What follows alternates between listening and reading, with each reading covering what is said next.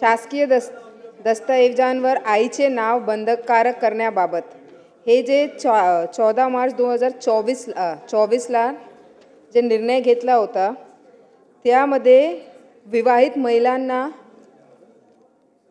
एक अडचणीचा सामना करायला लागतात। असं आहे की मी विवाहाच्या नंतर LLBच्या डिग्री हासिल केलं आणि त्यावर माझं नाव असं आलं की सना नंतर माझी आईचं नाव मेहजबीन मोइनुद्दीन शेख।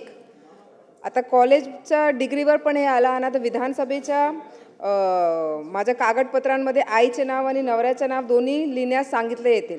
पण हे जे आहे आपल्याला एक ऑप्शन क्रिएट करायला लागणार की विवाहित महिलांना त्याला एक ऑप्शन दिला मतलब महिलांना एक ऑप्शन द्यायला लागणार विवाहित किंवा अविवाहित हे असेल तर त्याला त्यांचं नाव कसं टाकायचं ते एक ऑप्शन पण द्यायला लागणार।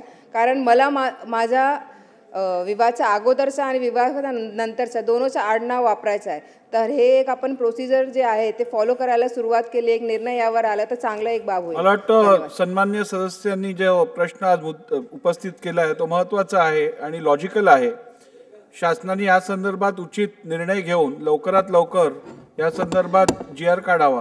कारण विवाहित महिला जेव्हा महिला विवाहित असते त्यावेळेला तिच्या आईचं नाव आणि नवऱ्याचं नाव एकत्र लावणं अवघड होतं।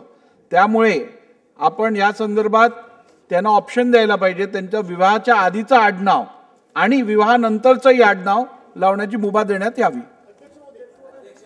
होय अध्यक्ष अध्यक्ष महोदय, सध्या आपण आपल्या नावाच्या पुढे आपल्या आईचं नाव लावतो, आपण सगळेच लावतो। पण ही फक्त लोकप्रतिनिधी आहे की आपले जे अधिकारी वर्ग आहेत, शासकीय कर्मचारी वर्ग आहेत, ज्या वेळेला एखादं निमंत्रण निघतं त्यावेळेला आपलं ज्यावेळेला सन्मान्य पाहुणे म्हणून आपलं नाव असतं त्यावेळेला आपल्या आईचं नाव असतं। पण त्याच्या खाली जे अधिकारी जिल्हाधिकारी असतात, CO असतात, कमिशनर असतात, ते निमंत्रक म्हणून नाव टाकतात तेव्हा त्यांच्या आईचं नाव नसतं। आणि म्हणून मला फक्त एवढंच जाणून घ्यायचं आहे की अधिकाऱ्यांना सुद्धा आपल्या आईचं नाव आपल्या वडिलांच्या पुढे लावण्याची अट किंवा नियमामध्ये तरतूद आहे की नाही एवढंच मला जाणून घ्यायचं आहे। ठीक आहे, माहिती पुरवली जाईल।